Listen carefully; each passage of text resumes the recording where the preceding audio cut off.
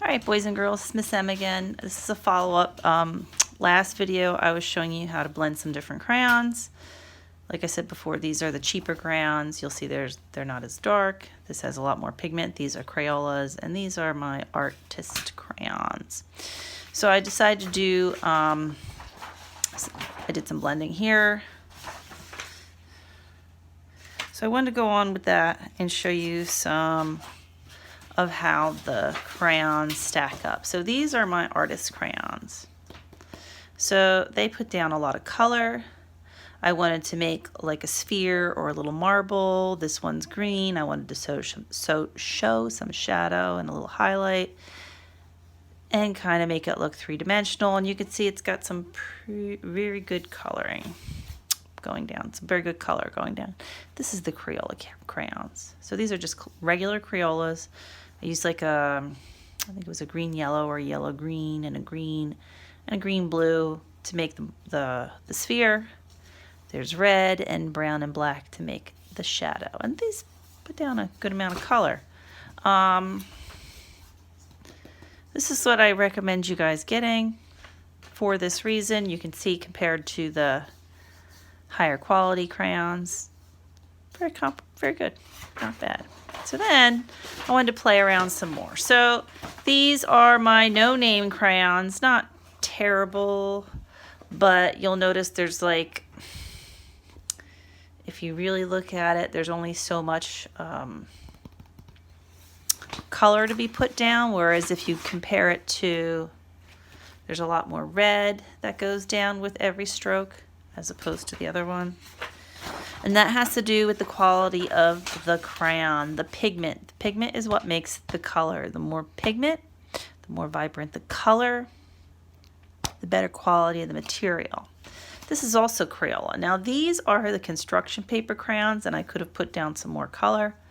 There is no black, but they have like a dark gray, so I use the dark gray. They have like a light green and a dark green and like a teal blue and the red. So I use the same color palette with everyone, and just to have a little bit more fun. These are metallic crayons from Crayola. They are shiny on black paper. This is actually not the best paper to use these on. There's like a dark gray. There's not a black, but a dark gray. These crayons would probably be used on color paper, much like the construction paper crayons. That's what these are made for. So if you were going to do artwork on black paper, you would go with either these or those. And actually, I have to say this. If you like to do work on black paper, and I do, just for something different, these construction paper crayons have the best white crayon. It's the whitest white. When you go to color on dark paper, black, purple, blue, brown, whatever color, it shows up really good. It shows up much better than the regular white from the regular classic Crayola papers, Crayola crayons. That's not them. These aren't so good. It's over here.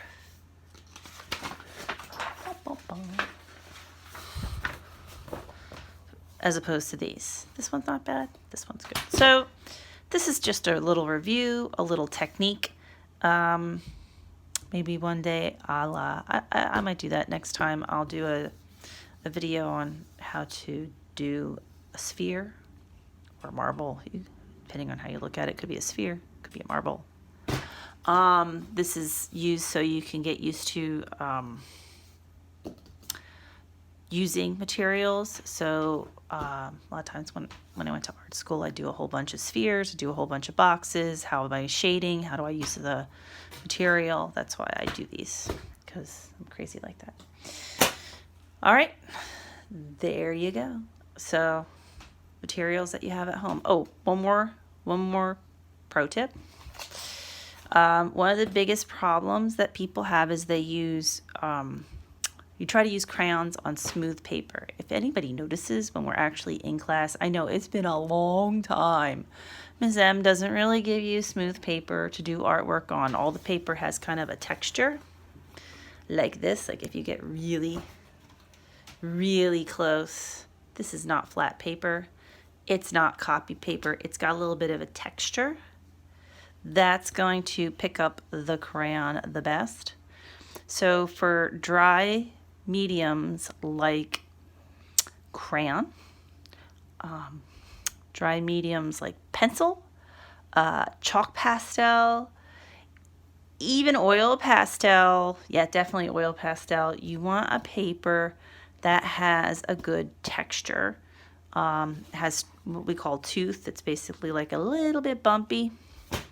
So you can get the best use of the medium. What ends up happening is if you have smooth paper like copy paper or notebook paper and you try to use crayon on it, yeah, you'll get the color down, but it kind of slides across the top of it instead of sinking in into all those little nooks and crannies to make a nice texture. It's not the right paper, so you're not going to get the same quality. So you could actually, if you were to try to use crayon on a smooth paper and you go like that, you might smear it. It looks kind of gross. Of course, if that's all you have, that's all you have, and you have to make the best of it. But I just thought I'd share that little tip with you. All right. I'll talk to you guys later.